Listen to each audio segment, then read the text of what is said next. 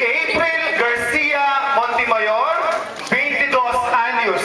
Ang nayaring kursong Secondary Education, Major in Religious Values Education, King University ng Assumption, ay anak ng Bong Montemayor at Perla Montemayor.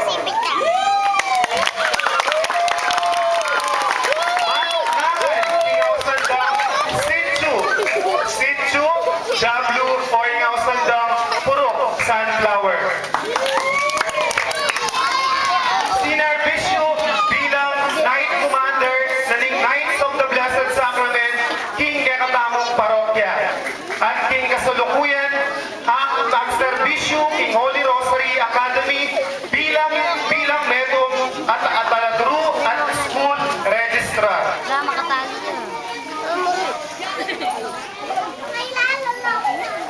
King Pulungay T, Ketiku mi bait, Ketiku mi kaisip, Ketiku may bulat, Ketiku may ragul, Ketiku may biyasa. Yening Benny T, ibait tayang pasibayo, ing manungkulan, King Baryo Tamo. Bait ye, ing may boses na ning konsew, bait ye, ing biyasang makirandam, King kayong boses. Bait ye, ing puso ay ating puso, King pamanungkulan. Pagbaragol ko, huling keti ko mi bait, at keti ko naman sumerbisyo, at King Kekatamong Baryo. Lungeni, King Baryo, Bukas, King Munisipyo, Makadwa, King Kapatong Kapitolyo, Maleyo, King Susunod, King Gross, King Kongreso naman. King Saubyo, King Paulio at King Saubyo, anyapin pagmaragul ko at pasalamatan, ingating kayong tiwala, anak ko. King Karakaldapu, Bisang Sumerbisyo, King Kekatamong Baryo, Mekad, Eta Pabalo, nung ninoy Kekatamong Iboto. King Pati Sabi Kong Maya, King Suryantanang Masalese, King Kekatamong Iboto. Lawentamo, nung tutulang ating kapasidad, King Pamanungkulan, nung tutong atin lang malasakit, King Karelang Sasakupan. Nung ila, nung taos ka rin pusura, King Pamanungkulan, nung tutong atin lang takot, King Apong Gino, hulinging manungkulan, nung atin niyang takot, King Apong Gino, tatakot niyang gawang kerokan. E ako gusto.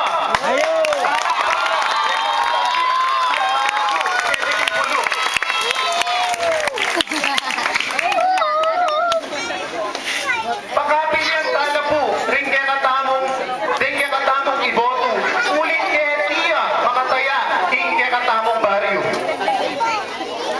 King Kekatamong Baryo, lubos neng may lubas, stopan nyo kami po, Tangkanita, Piblasan miyang pasibayo, Kambena ning kanakong kapitan, ni Ricardo Pipay, at Dengke kami, kaya biya po kagawan. Anyapin po at siyo kami Keti, dahil grupo ning agam, banabe-abe kami, King Pamag Malasakit, at Lugod, King Panyulong, ning Baryo Tamo. Nung magbipalat kaming mipabilang, o miyabe, o kaming luklok, King Konsew, ning Barangay, sugraduan ming mabilis, ing Panyulong, ning Kekatamong Baryo. Laway nyo lahat, ing Kekatamong Kasibing Baryo. Nung basehan niya mo po ing sakin, King Panyulong, ita mo, ila po, makasakin na ng bas, ita mo, wheeler ya pa, hanggang ini, o tangkay, mapagplat ya pa, anya ita, may sulong-sulong.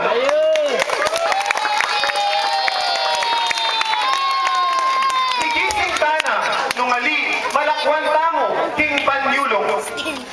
Kaliw pa ning asabi ko nandin, nung may palarang ko, may pabilang, King Konsew, ning Barangay. Asahan niyo pong, di pakibatan langan, ding kaya kayong daing. Nung malyari mo, ing Konsew ning Barangay, idalake, king Kekatang Purok, at king Balot Purok, king Baryo, idalake. Nano po Tamuing buri kong sabihan, hingke kayong boses, marandam, yaking konseho, ning barangay, at yang sisitsit na kayo mo, damdaman mi na. Bilang merong matalasuyo at malugod, kaya kayo. Oreni po, rin ka na akong plataforma. Papanatilyan niya yung kalinisan ning baryo emo king akakit nune patina ing makasalikod. Pairan tamo yung sistema ning maayos sa pangaluse king basura. Importante nating sistemang pairan bago ganito maging maayos at madisiplina. Wapiniti ing ausandang zero waste management ing pamag-segregate ing basura. Emo keti ing purong tamong problema ing basura. Emo keti ing balentamo ing problema ing basura. Emo king lalawigan kapampangan ing problema ing basura. King buong bansang Pilipinas problema ing basura. Nung umpisan tayo king sarili tamong pamilya. Nung umpisan tayo king katamong burok. Nung umpisan tayo king katamong baryo. Mabilis malunas ing problema ng IT. Ing problema tamo king basura. Yun! Ing pamaglinis na bulig, bayo pa ing kauran. Madalas ing maging sangkan na ningalbog, yapin ing marinang na kanal. Dalan-dalan ing dalong uling makabara ing basura. Pero nung bayo pa ing kauran, makasadya tamo, mekan, ala ng albog, adanasan kini, ing kakatang lugar.